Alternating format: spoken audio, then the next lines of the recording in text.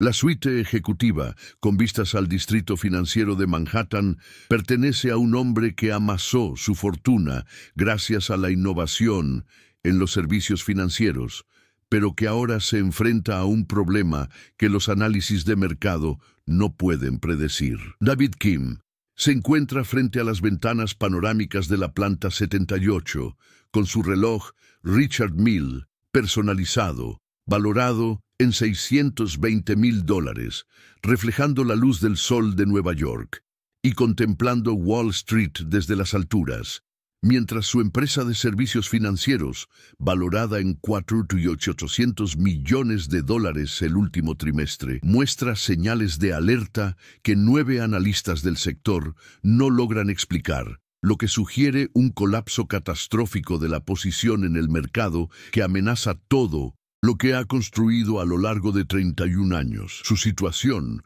una empresa aparentemente estable que muestra indicadores de tensión financiera inexplicables, comenzó cuando los informes trimestrales de la semana pasada revelaron patrones anómalos en la retención de clientes, la eficiencia operativa y el posicionamiento en el mercado que no se ajustan a ningún ciclo económico conocido. La investigación cuesta $890,000, incluyendo consultores estratégicos, empresas de análisis de mercado y auditorías empresariales de emergencia. El patrimonio neto de David asciende a $200 millones, ganados con la creación de una empresa de servicios financieros que gestiona $340,000 millones en activos de clientes con 12,400 empleados. Su oficina satélite en el distrito comercial de Phoenix procesa 47,000 transacciones diarias. Nada de eso importa cuando las métricas propias muestran patrones de estrés sistémico que el análisis convencional atribuye a la volatilidad del mercado, mientras que sus datos operativos sugieren que hay algo fundamentalmente erróneo que los expertos no pueden identificar antes de que provoque un fallo en cadena. El problema se agravó durante los 5 días transcurridos desde que el director de estrategia de David en el edificio federal le comunicó que las métricas de estabilidad de la empresa habían descendido un 17% en dimensiones que no deberían estar correlacionadas. La satisfacción de los clientes disminuía mientras que la calidad del servicio mejoraba. Los costos operativos aumentaban, mientras que las métricas de eficiencia crecían y la cuota de mercado se erosionaba a pesar del fortalecimiento de las ventajas competitivas. El análisis requiere identificar por qué los indicadores de éxito y el rendimiento real divergen antes de que los principales clientes noten la contradicción. David tiene un máximo de 48 horas antes de la reunión de la junta directiva, en la que el descenso de las métricas sin explicación provocará el pánico de los inversionistas y podría colapsar la valoración de las acciones. Desde que aparecieron las anomalías, David ha consultado a 14 empresas de estrategia empresarial, ha pagado $1,400,000 por un análisis de emergencia de consultores de la Harvard Business School, Stanford y el MIT Sloan, y ha autorizado todas las evaluaciones diagnósticas que intentan explicar la divergencia. Todos confirmaron la misma conclusión desconcertante. Los datos operativos muestran que la empresa tiene un rendimiento excelente, mientras que su posición en el mercado se deteriora inexplicablemente, lo que sugiere un fallo sistémico oculto que ningún análisis convencional puede identificar. David contrató a Tamara Brown, especialista en estrategia empresarial, con 28 años de experiencia en la coordinación de análisis de crisis, por $1,100,000 para la gestión de una investigación exhaustiva. Señor Kim, las métricas operativas de su empresa son excelentes. La calidad del servicio ha mejorado, la eficiencia ha aumentado y las encuestas de satisfacción de los clientes son positivas, explicó Tamara durante la sesión de emergencia celebrada ayer en su sede de Manhattan. Pero el comportamiento real de los clientes contradice las encuestas. La retención está disminuyendo, las referencias están cayendo y la adquisición de nuevos clientes se está ralentizando.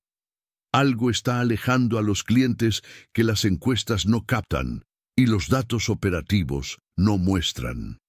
Averigüe qué está causando la desconexión, exigió David, con una precisión ejecutiva que apenas ocultaba su temor existencial. Tenemos 48 horas antes de la reunión de la junta directiva. Si no podemos explicar por qué estamos perdiendo posición en el mercado, a pesar de nuestros buenos resultados, los inversionistas asumirán que la dirección es incompetente. Con el debido respeto, señor, el análisis convencional no revela el factor oculto. Necesitamos a alguien que vea lo que los expertos en dinámica empresarial no ven, que comprenda que la excelencia operativa puede ocultar problemas fundamentales. El director financiero de David, un hombre llamado Joseph Nguyen, revisa las comunicaciones con los inversionistas. Las anomalías aparecieron hace 5 días. La normativa federal exige una explicación si el descenso de los indicadores continúa. El precio de las acciones ya ha caído un 9% debido a la preocupación de los analistas por los patrones de comportamiento inexplicables de los clientes. David gestiona la crisis sin comprender qué es lo que falla. Es entonces cuando David lo ve por primera vez. Un hombre sin hogar en la plaza de la planta baja del edificio, visible a través de las ventanas ejecutivas. El hombre tiene unos 41 años, es afroamericano y lleva ropa que denota años de exposición a la calle. Es voluntario en los servicios del edificio y ayuda a la gestión de visitantes con una visión inesperada de los patrones de flujo de multitudes y el comportamiento organizativo. David lo despide inmediatamente. Tiene que asegurar la supervivencia de su empresa. El enfrentamiento tiene lugar a las 3:42 p.m., cuando David baja a la plaza durante la llegada del consultor de emergencias. El hombre sin hogar está sentado cerca del mostrador de información para visitantes, organizando los directorios del edificio con eficiencia sistemática. Su insignia de voluntario dice: Jamal Johnson, servicios al visitante. Está curtido, pero se comporta con una confianza analítica inesperada. Sus manos muestran callos por vivir en la calle, pero se mueven con precisión experta entre los materiales organizativos. Mientras David pasa corriendo hacia otra consulta estratégica, su teléfono suena. Tamara le da una actualización que requiere una decisión inmediata. Señor Kim, hemos completado el análisis de sus datos operativos, las encuestas a los clientes y el estudio de mercado. Todo confirma que dirige una empresa excelente, pero los datos sobre el comportamiento de los clientes muestran que estos se marchan a la competencia, que ofrece servicios objetivamente inferiores. Tenemos 48 horas para explicar esta contradicción antes de la reunión de la junta directiva, y el análisis convencional no ofrece ninguna explicación de por qué los clientes abandonan unos servicios superiores. David se detiene. Las palabras le provocan un pánico visceral. Su empresa es excelente, pero está fracasando por razones que los expertos no pueden identificar. Eso es totalmente imposible, logra decir David con voz temblorosa. Si ofrecemos un servicio mejor que la competencia, los clientes deberían quedarse. Es lógica empresarial básica. Le estoy diciendo la verdad. Los datos son inexplicables. Necesitamos una perspectiva que el análisis empresarial convencional no proporciona. David termina la llamada, con las manos temblorosas por el terror impotente. Tiene 700 millones de dólares, pero no puede explicar por qué su excelente empresa se está derrumbando. Jamal Johnson habla desde el mostrador de visitantes, con una autoridad inesperada en su voz. Su empresa se hundirá en 48 horas. David se gira, con irritación mezclada con pánico. ¿Perdón? He estado observando los patrones de tráfico de su edificio para los servicios de visitantes, dice Jamal con cautela. El comportamiento de los clientes, los indicadores de estrés de los empleados, la dinámica organizativa visible en cómo se mueven las personas por este espacio. Señor, su empresa no tiene un problema empresarial, tiene un problema de toxicidad cultural que está ahuyentando a los clientes a pesar de sus excelentes servicios. Por eso las métricas divergen, son excelentes en lo operativo, pero intolerables en lo cultural. La plaza del edificio se queda en silencio. Los visitantes y el personal se vuelven para mirar. «Escucha», dice David, con voz peligrosa y una ira apenas controlada. «La cultura interna de mi empresa no es asunto tuyo». «Tiene razón», coincide Jamal. «Pero pasé 22 años como psicólogo organizacional antes de perderlo todo. Reconozco una cultura tóxica cuando la veo, porque la he identificado en 31 empresas, y si no aborda los fallos culturales específicos que provocan la fuga de clientes, la excelencia operativa no importará cuando todos los que puedan marcharse lo hagan en 48 horas. Las manos de David comienzan a temblar, no por la ira, sino por la horrible posibilidad de que un hombre sin hogar haya identificado lo que se le escapó a un análisis de consultoría de $1,400,000. ¿Me estás diciendo que todos los expertos en negocios no tuvieron en cuenta la cultura interna? Te estoy diciendo que los consultores analizan las operaciones, no la cultura, dice Jamal con devastadora certeza. Tu empresa funciona de manera eficiente, ofrece servicios de calidad y trata a los clientes de manera profesional a nivel transaccional. Pero tu cultura organizacional crea una experiencia intolerable que los clientes huyen a la primera oportunidad que tienen. Las métricas operativas no pueden medir la toxicidad cultural, solo el comportamiento de los clientes la revela. Las palabras caen con un peso apocalíptico. David mira fijamente a este desconocido sin hogar que afirma que la cultura de su empresa es tóxica a pesar de sus excelentes operaciones. ¿Quién eres?, susurra David. Lo que David no sabe es que Jamal Johnson era uno de los psicólogos organizacionales más importantes del mundo antes de que una tragedia destruyera su carrera. Y en los 36 meses que lleva sin hogar, ha aprendido que algunos conocimientos culturales se vuelven muy valiosos cuando se pierde todo lo demás. La pregunta es si el terror de David Kim superará su orgullo lo suficiente como para escuchar cuando un hombre sin hogar afirma que su empresa es culturalmente tóxica. Jamal Johnson se encuentra cerca del mostrador de visitantes de la plaza del edificio de Manhattan, viendo a David Kim alejarse con el paso característico de los ejecutivos cuyos imperios se desmoronan mientras costosos consultores ofrecen tópicos. Jamal reconoce ese paso porque lo tuvo hace 22 años en un edificio diferente, en una crisis diferente, cuando su propia experiencia no pudo evitar el colapso de la organización y los expertos del sector insistían en que sus marcos eran completos. Una coordinadora de servicios al visitante, una joven llamada Sarah Johnson, se acerca al puesto de voluntarios de Jamal. Ese era David Kim. Su empresa está perdiendo clientes a pesar de que sus operaciones son perfectas. La junta directiva se reunirá en 48 horas. Todo el mundo habla de la contradicción imposible. Sé qué es lo que falla, dice Jamal en voz baja, más para sí mismo que para Sarah. ¿Lo sabes? Jamal, tú te encargas de los servicios al visitante. No puedes... Te estoy diciendo la verdad, interrumpe Jamal con suavidad. Su empresa tiene una cultura tóxica. Lo veo en cómo se mueven los empleados por este edificio. Sarah parece insegura, pero no lo descarta. Jamal lleva 7 meses como voluntario y el personal del edificio ha notado su asombrosa comprensión del comportamiento organizacional, su vocabulario analítico que no debería pertenecer a alguien que vive en la calle.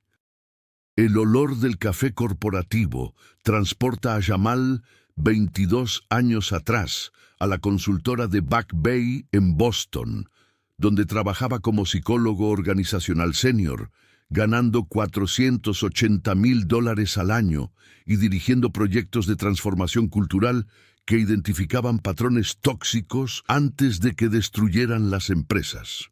El doctor Jamal Johnson, doctor en Psicología Organizacional por la Universidad de California en Berkeley, investigador con 58 artículos publicados sobre la dinámica de la cultura laboral, era el experto al que acudían las empresas cuando la excelencia operativa enmascaraba el fracaso cultural.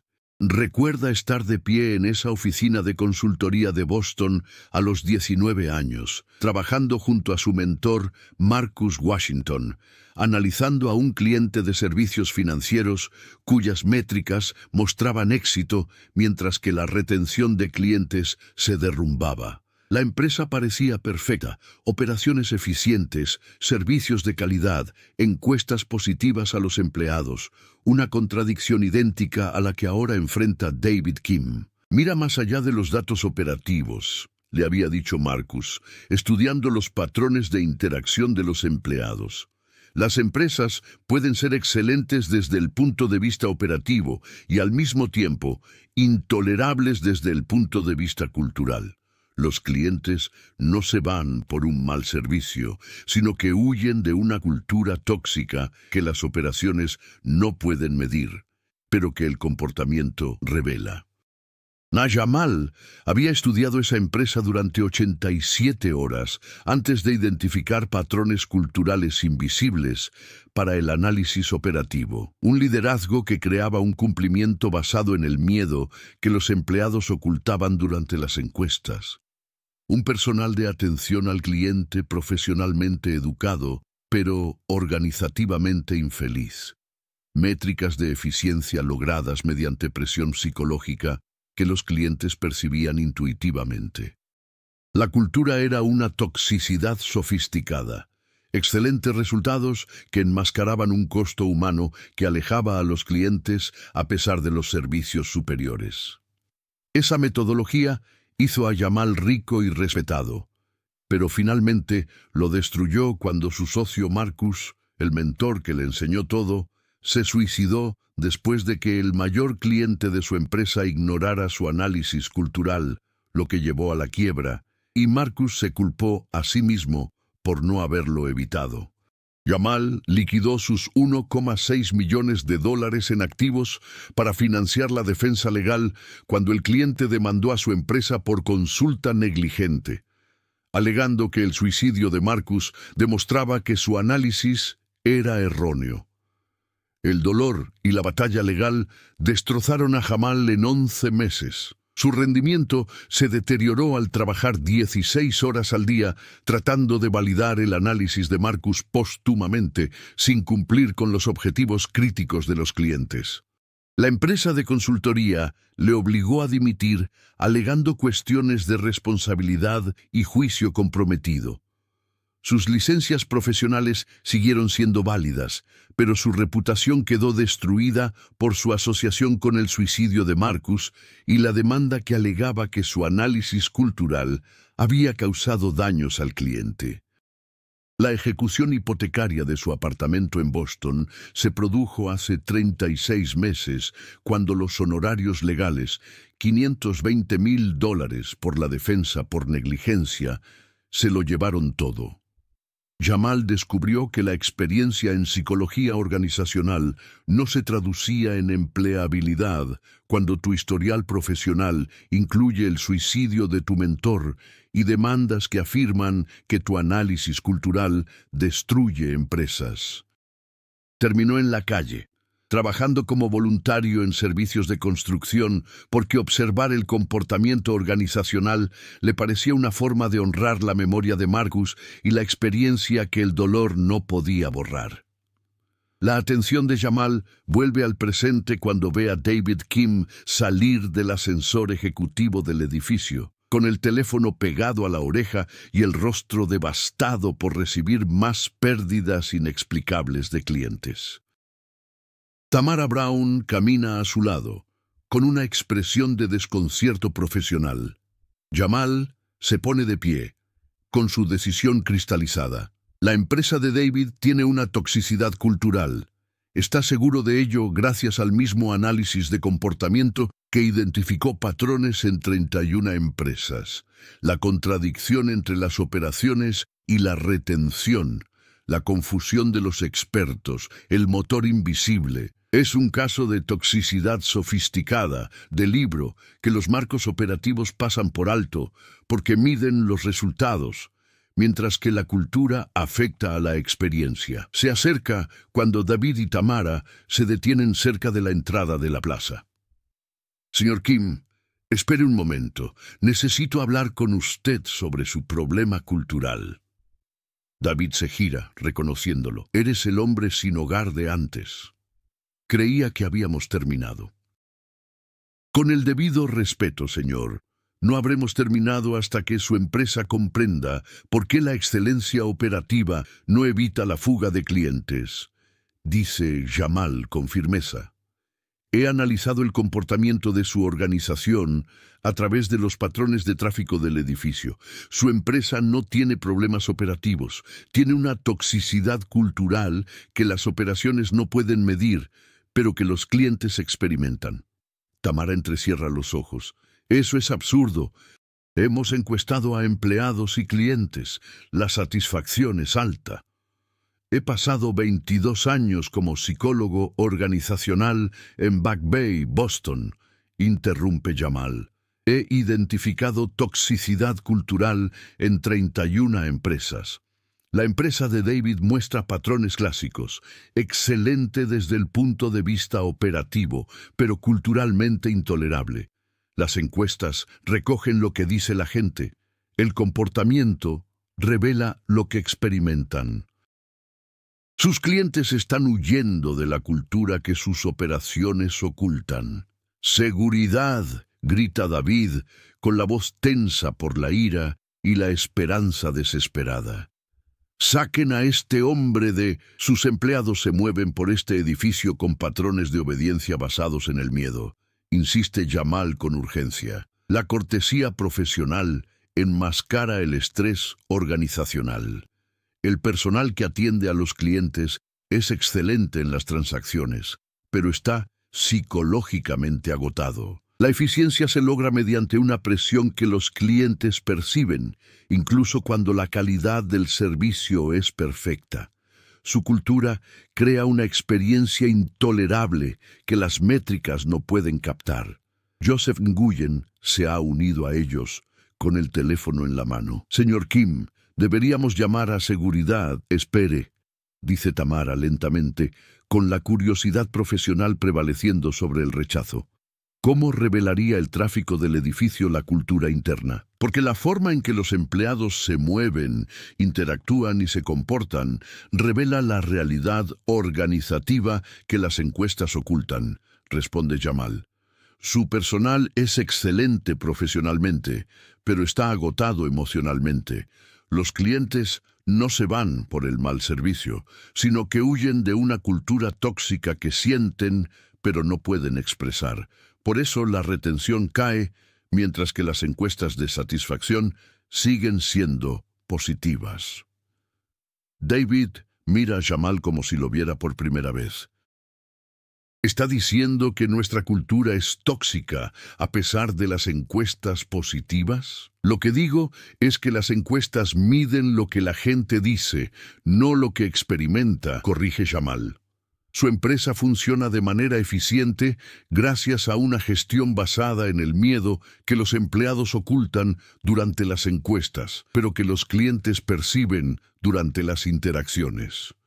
La excelencia operativa no oculta la toxicidad cultural a los clientes, solo hace que la contradicción sea invisible para el análisis convencional. La entrada de la plaza se ha convertido en un escenario. Los visitantes observan. El personal se agolpa cerca. Jamal siente que su credibilidad pende de este momento. Tamara habla con cautela.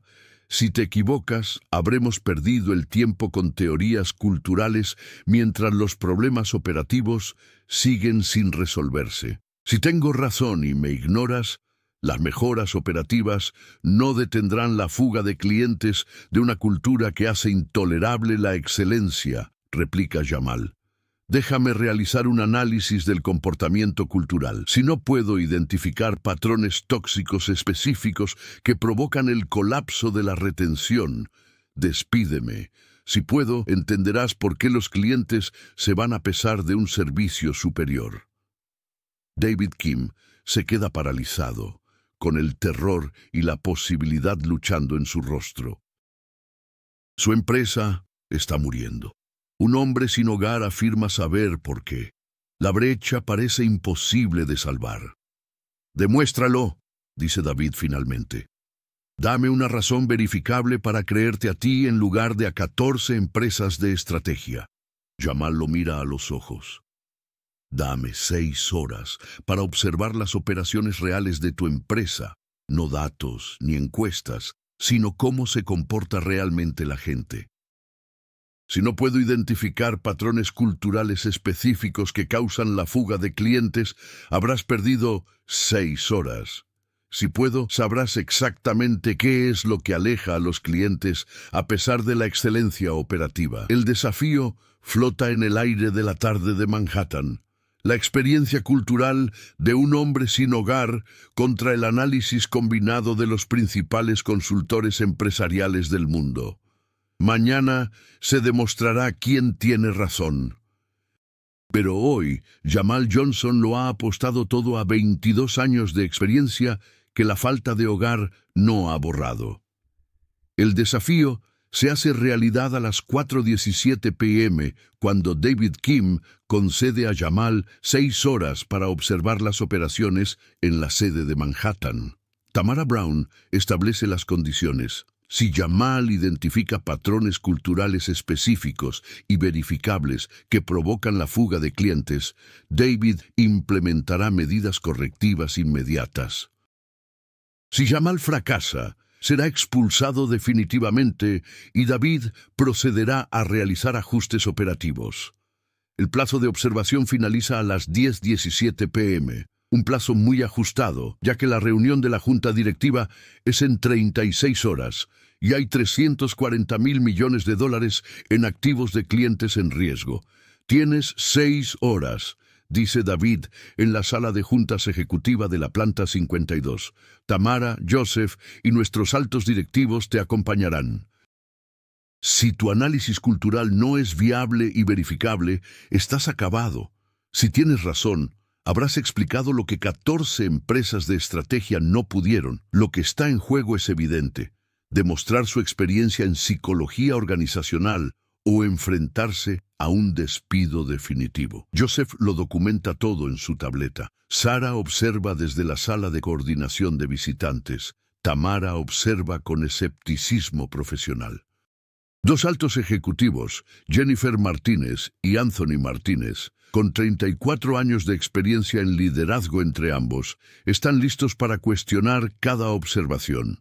Jamal comienza su evaluación cultural a las 4:23 p.m. en la sala de operaciones, rodeado de 147 empleados que gestionan carteras de clientes en un espacio de trabajo abierto diseñado para la colaboración. La sala huele a estrés y café, mientras la élite financiera de Manhattan observa a un hombre sin hogar analizar lo que sus consultores no pudieron identificar. La toxicidad cultural no tiene que ver con lo que dice la gente, sino con cómo se comporta, explica Jamal, observando las interacciones de los empleados. Patrón 1. Microvigilancia. Sus gerentes se colocan en lugares desde donde pueden ver todas las estaciones de trabajo de los empleados. Observen. Los empleados ajustan su postura cuando los gerentes miran en su dirección. Eso no es conciencia de colaboración, es cumplimiento basado en el miedo, donde la productividad se produce bajo la amenaza de la vigilancia. Espera, dice Joseph, revisando la distribución del lugar de trabajo en su tableta. Nuestro plano sigue los principios del diseño colaborativo. Los gerentes se sitúan en el centro para facilitar el acceso. El diseño colaborativo se convierte en arquitectura de vigilancia cuando los empleados modifican su comportamiento en función de la visibilidad de los gerentes, responde Jamal. La verdadera colaboración se manifiesta en un comportamiento coherente, independientemente de la presencia de la dirección. Sus empleados se comportan de manera diferente cuando son observados. Eso es toxicidad cultural disfrazada de diseño operativo. Jennifer Martínez examina los patrones de los empleados con creciente preocupación. La modificación del comportamiento es sutil, pero ahora que lo mencionas, es visible. Los empleados se relajan ligeramente cuando los gerentes no los observan. Eso es productividad basada en el miedo, afirma Jamal. Patrón 2. Cortesía profesional, que enmascara el estrés organizacional. Escuchen las conversaciones en el lugar de trabajo. El tono es cordial, el lenguaje es respetuoso, las interacciones son eficientes, pero los patrones vocales muestran marcadores de estrés elevados. La gente habla de manera profesional, mientras que sus cuerpos muestran señales de angustia.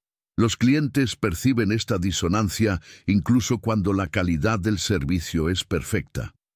La sala de operaciones se queda en absoluto silencio.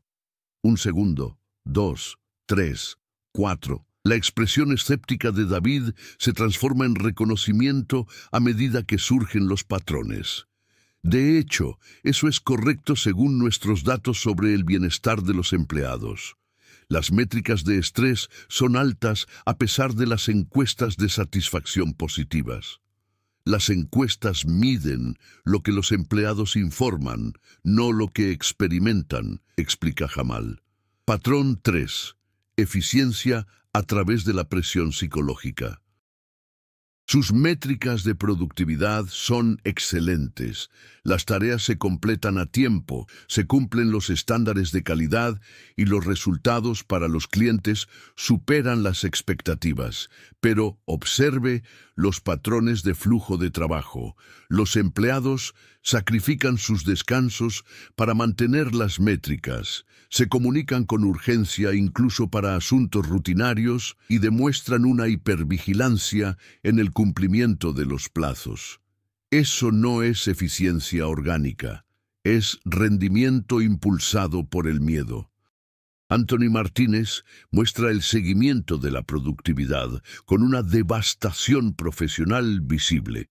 Nuestras métricas muestran una tasa de finalización de tareas del 94%, con un tiempo de respuesta medio que supera los estándares del sector en un 38%.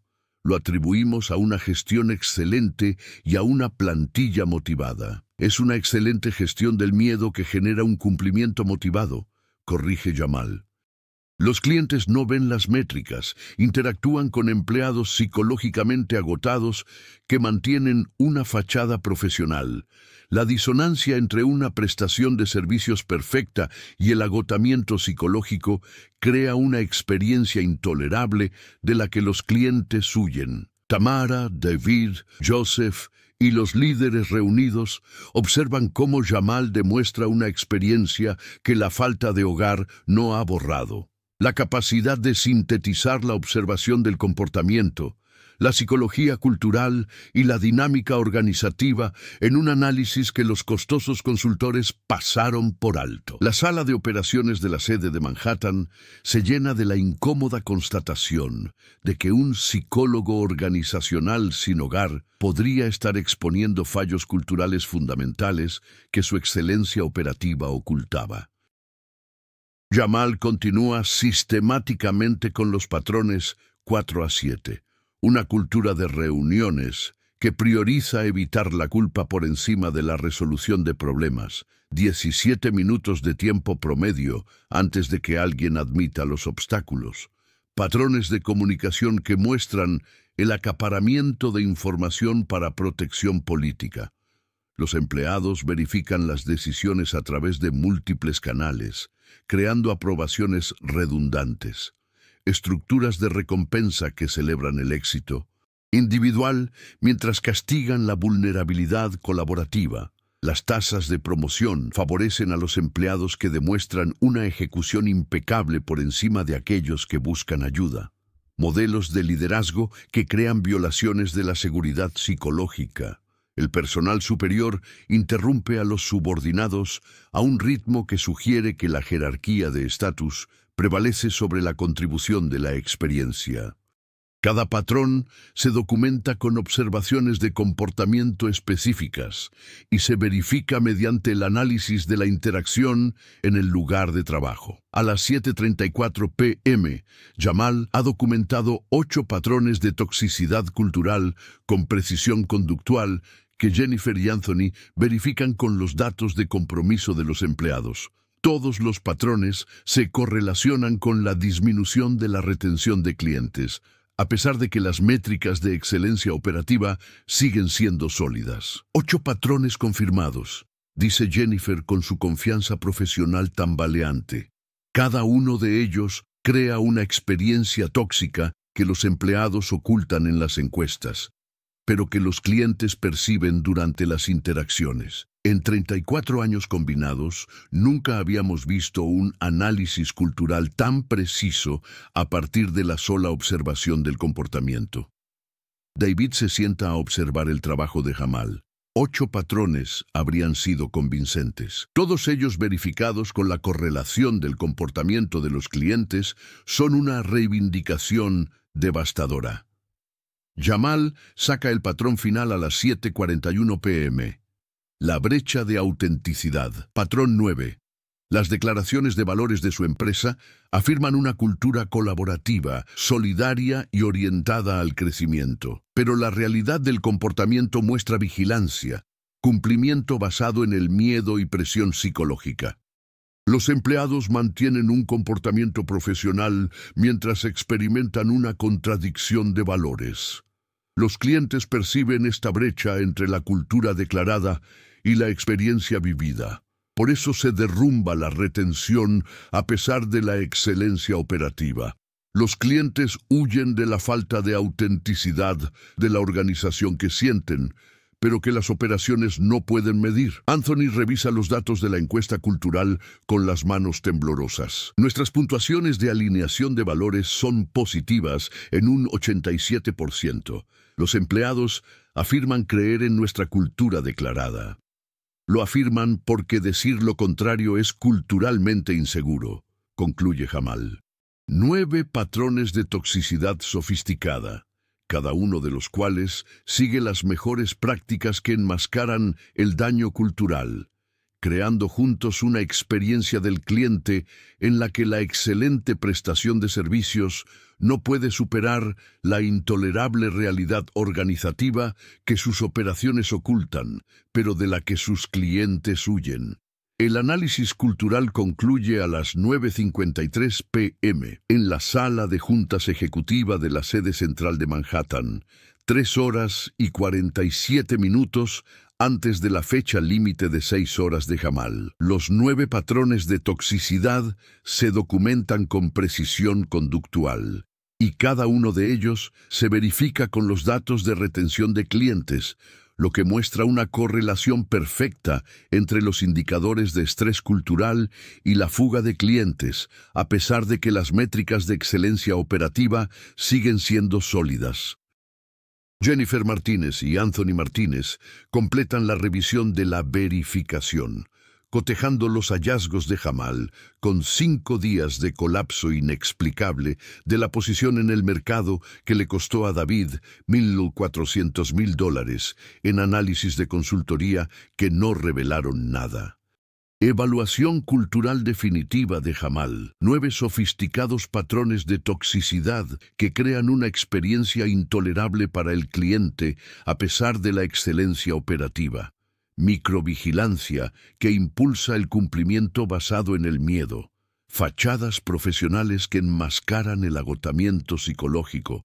Productividad basada en la presión que genera un estrés que los clientes perciben intuitivamente. Comunicación que evita la culpa y que impide la resolución genuina de problemas, comportamientos. Informativos defensivos que crean tensión política. Sistemas de recompensa que castigan la vulnerabilidad, modelos de liderazgo que destruyen la seguridad psicológica, brecha de autenticidad entre los valores declarados, 87% de puntuación de alineación y la realidad vivida. Tiempo total de observación, 5 horas y 36 minutos. Explicación total, fracaso cultural total enmascarado por el éxito operativo. Tamara Brown presenta la verificación a David Kim, Joseph Nguyen y la alta dirección. Sara graba el momento en su tableta. 2 miembros de la junta directiva llegan para la sesión informativa preliminar. Anthony muestra el análisis de correlación. Todos los indicadores de toxicidad cultural identificados por Jamal se corresponden con patrones específicos de disminución de la retención de clientes invisibles para las métricas operativas. La verificación está completa, dice Jennifer, con voz que transmite devastación profesional. Los 9 patrones culturales identificados por Jamal se correlacionan directamente con la fuga de clientes. No algunos. Todos y cada uno de ellos. En 34 años combinados de liderazgo, nunca nos hemos equivocado tan catastróficamente sobre la salud de la organización.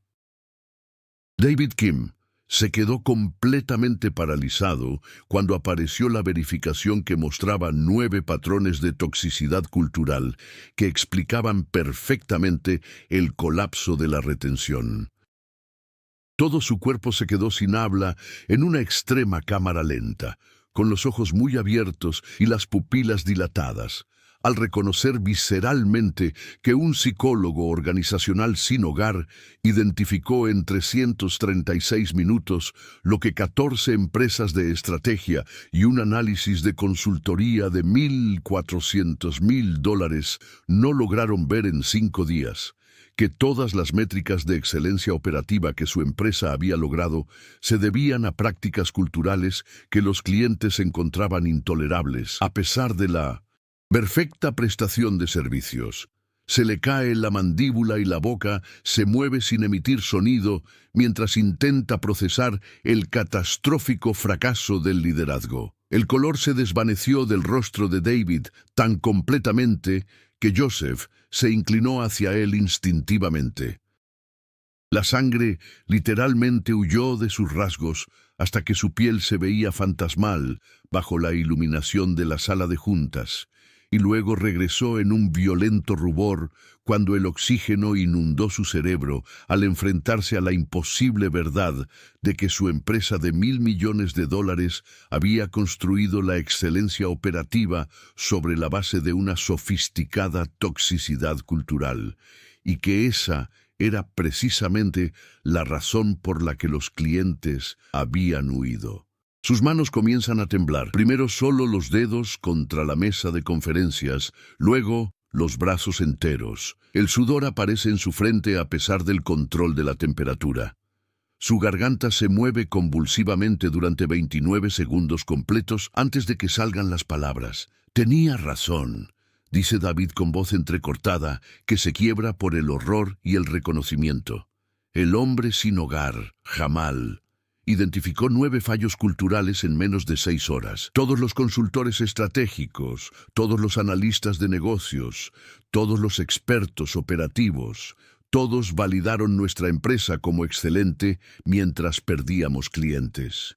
Y un hombre sin hogar demostró que habíamos construido el éxito sobre una base cultural que los clientes no podían tolerar.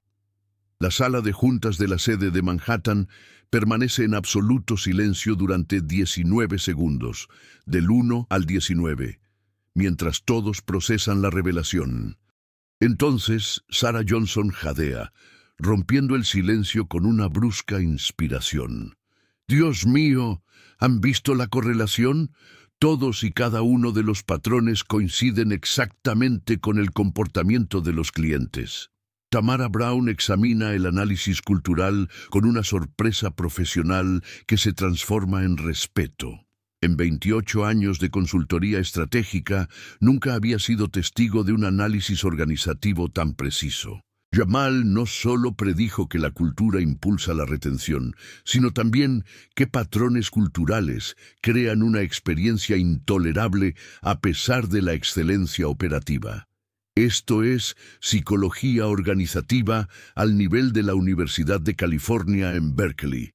Joseph graba con su tableta, documentando el momento en que el análisis de un voluntario sin hogar resolvió lo que había desconcertado a toda la industria de la estrategia empresarial.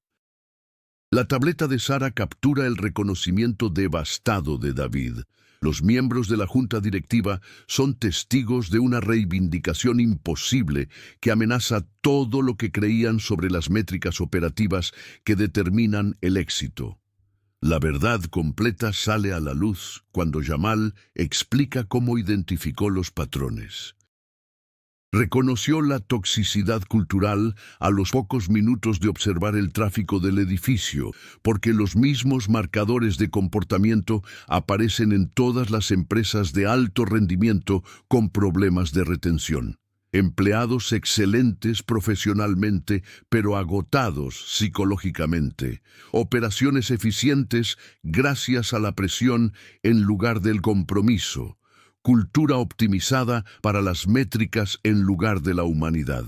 La fuga de clientes no contradice la excelencia operativa, sino que confirma que la excelencia lograda a través de la toxicidad cultural acaba alejando a todos los que pueden marcharse. Supe que algo iba mal cuando oí que el análisis de $1,4 millones no había encontrado nada.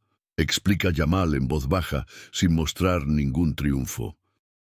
Esa combinación específica, un costoso análisis operativo que no revela ningún problema a pesar del éxodo de clientes, sugiere problemas culturales que los marcos operativos no pueden medir porque rastrean los resultados, mientras que la cultura afecta a la experiencia que sienten los clientes, pero que las encuestas no captan. Jennifer confirma que la crítica cultural de Jamal pone de manifiesto problemas fundamentales en todo el sector de los servicios financieros. Estos 9 patrones existen en muchas empresas de alto rendimiento porque todos optimizamos las métricas operativas. Implementamos las mejores prácticas de eficiencia y medimos el éxito a través de los resultados. El análisis de Jamal demuestra que nuestro sector valida la productividad mientras ignora el costo humano que perciben los clientes. David se acerca a Jamal, con las manos aún temblorosas y su identidad profesional destrozada. «Has salvado mi empresa». 14 consultores estratégicos validaron nuestras operaciones. Un análisis de $1,4 millones no encontró nada malo, y tú identificaste 9 fallos culturales en 336 minutos porque analizaste cómo se comportan realmente las personas en lugar de medir lo que producen. Usted construyó la excelencia operativa, responde Jamal con delicadeza. El problema es que la excelencia lograda a través de la toxicidad cultural acaba siendo intolerable, por muy perfectos que sean los servicios. Su empresa no fracasó operativamente, fracasó culturalmente, porque el liderazgo optimizó las métricas por encima de la humanidad. Tamara ya ha iniciado una transformación cultural de emergencia aplicando las 9 estrategias de remediación específicas de Jamal.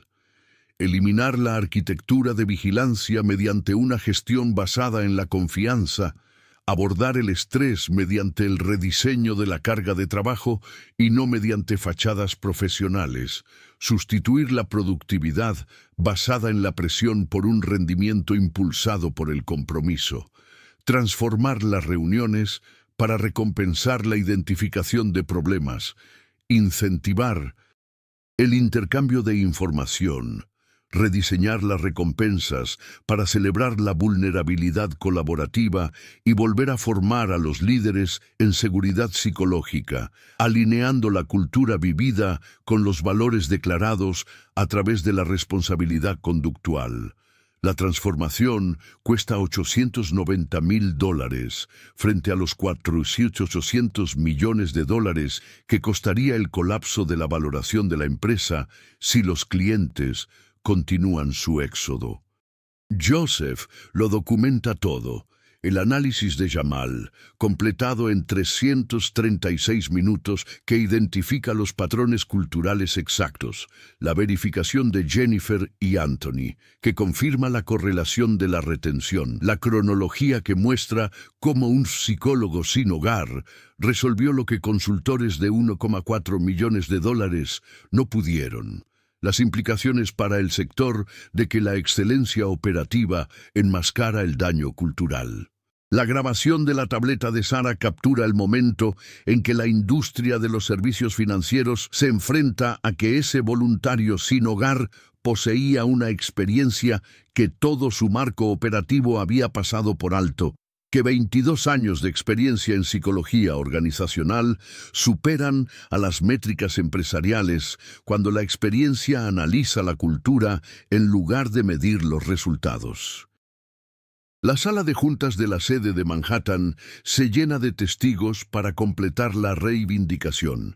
Jamal Johnson, sin hogar durante 36 meses, despedido como servicio de visitantes, casi expulsado por seguridad, demostró de forma absoluta, innegable y catastrófica que tenía razón sobre la toxicidad cultural que la excelencia operativa no podía medir, pero que el comportamiento de los clientes reveló. Y David Kim se sienta devastado y reconociendo al mismo tiempo, observando a Jamal Johnson, el hombre sin hogar al que casi expulsa, el psicólogo de Boston que lo perdió todo por una tragedia, el analista cultural que identificó en 336 minutos lo que desconcertó a 14 empresas de estrategia.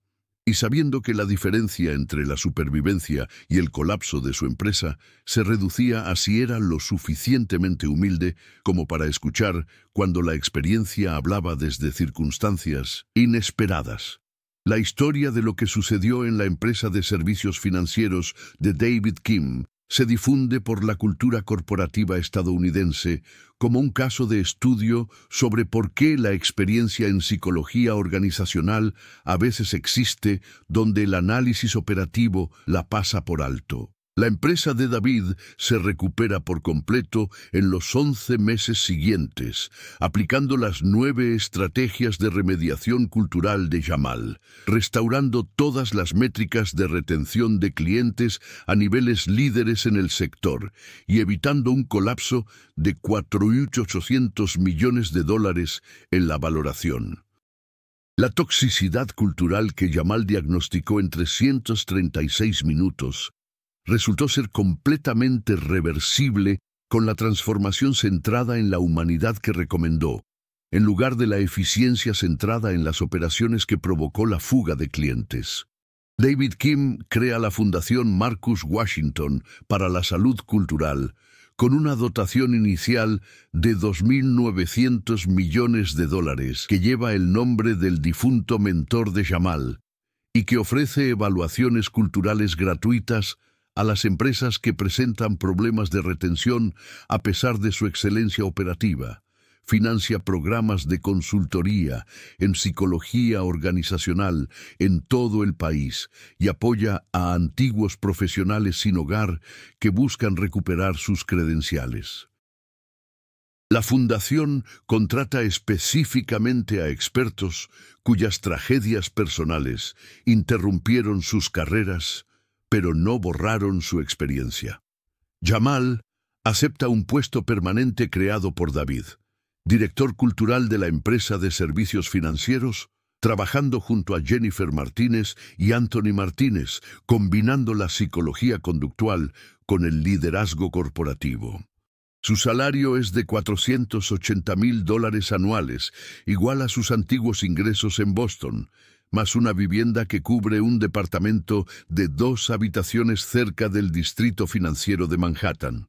En 56 horas, se muda de las calles donde había vivido durante 36 meses. La empresa patrocina la restauración de su licencia profesional, la verificación de sus credenciales de la Universidad de California en Berkeley y la renovación de sus publicaciones. La transformación se convierte en una reforma sistémica en la forma en que los servicios financieros abordan la salud organizacional. La empresa de David implementa el marco de excelencia centrado en el ser humano, que exige que todas las mejoras operativas se sometan a una evaluación del impacto cultural antes de su implementación, con un análisis conductual obligatorio que identifica las prácticas basadas en la presión. La investigación revisa 212 clientes corporativos que experimentan contradicciones similares en materia de retención y encuentra 79 en los que la excelencia operativa enmascara la toxicidad cultural que impulsa el éxodo de talentos y clientes. La empresa establece una junta independiente de revisión de la salud cultural, redirige $1,7 millones en consultoría de eficiencia operativa hacia la evaluación cultural inicial, y las tasas de retención de empleados aumentan un 64% en 13 meses, a medida que los líderes aprenden a alcanzar la excelencia a través del compromiso en lugar de la presión. Jennifer Martínez y Anthony Martínez transforman su enfoque de liderazgo tras presenciar la intervención de Jamal. Implementan consultas obligatorias de psicología cultural para todas las iniciativas estratégicas, reconocen los límites de las métricas operativas cuando la cultura afecta a la experiencia humana y desarrollan un programa de formación adoptado por 93 empresas de servicios financieros de todo el país, que enseña a los ejecutivos a cuestionarse si las mejoras en la eficiencia generan costes humanos que las métricas no reflejan. Los meses siguientes transforman la forma en que David Kim entiende el liderazgo y el éxito organizacional.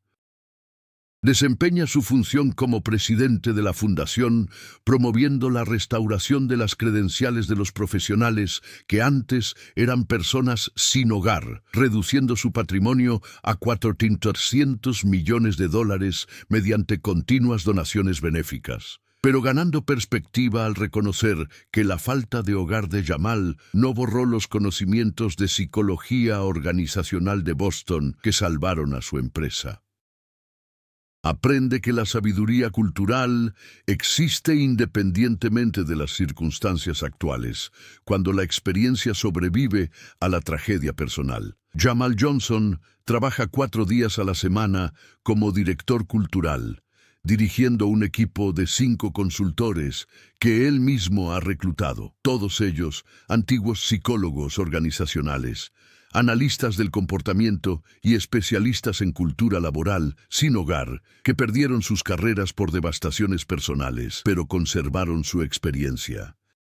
Su enfoque combina la formación de la Universidad de California en Berkeley con la sabiduría adquirida al perder a Marcus, y su tasa de éxito en la identificación de patrones tóxicos supera el 73%, ya que comprende tanto los marcos operativos como el análisis del comportamiento que proviene de 22 años de estudio de la dinámica organizacional.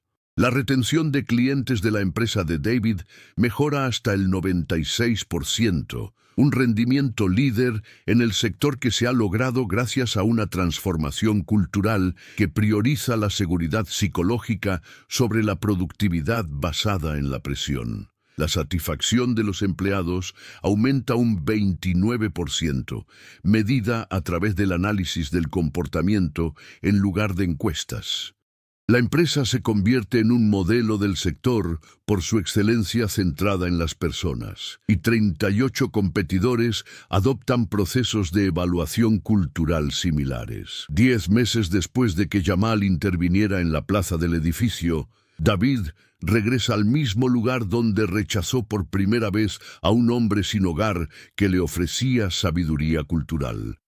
Se para cerca del mostrador de visitantes, donde Jamal era voluntario, pero el recuerdo ahora es diferente. Su comprensión de la experiencia y la salud organizacional se transformó al aprender que la falta de hogar puede coincidir con conocimientos que salvan vidas y que los marcos operativos por sí solos no pueden proporcionar. Jamal está a su lado revisando los patrones de flujo de visitantes con el personal del edificio, ya no invisible con su gastada insignia de voluntario, sino reconocido con credenciales ejecutivas corporativas que reflejan su carrera restaurada. Sin embargo, sigue teniendo la misma sabiduría conductual que poseía cuando era indigente. Un recordatorio de que la experiencia existía antes de que nadie la reconociera, que la tragedia personal no borra la competencia profesional, que el valor no viene determinado por las circunstancias, sino por si el conocimiento sobrevive a las pérdidas que destruyen todo lo demás. Solía pensar que las métricas operativas y los estándares de eficiencia determinaban el éxito de la organización. Reflexiona David mientras observa a Jamal consultar con el personal sobre los indicadores de la cultura laboral.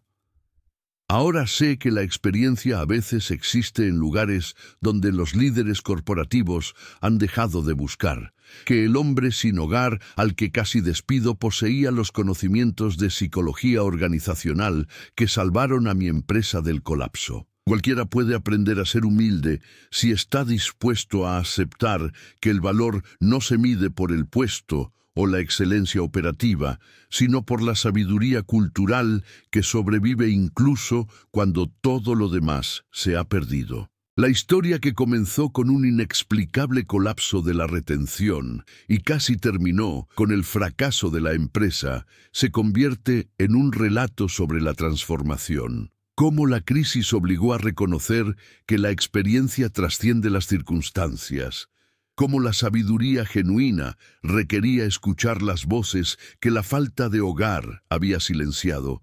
Cómo la diferencia entre el teatro operativo y la salud organizativa real a menudo se reduce a una elección. Eres lo suficientemente humilde para aprender de las personas que la tragedia ha destrozado y lo suficientemente valiente para aceptar que ser indigente no significa ser incompetente. Nunca subestimes a la persona que otros pasan por alto. El talento no viene con un uniforme.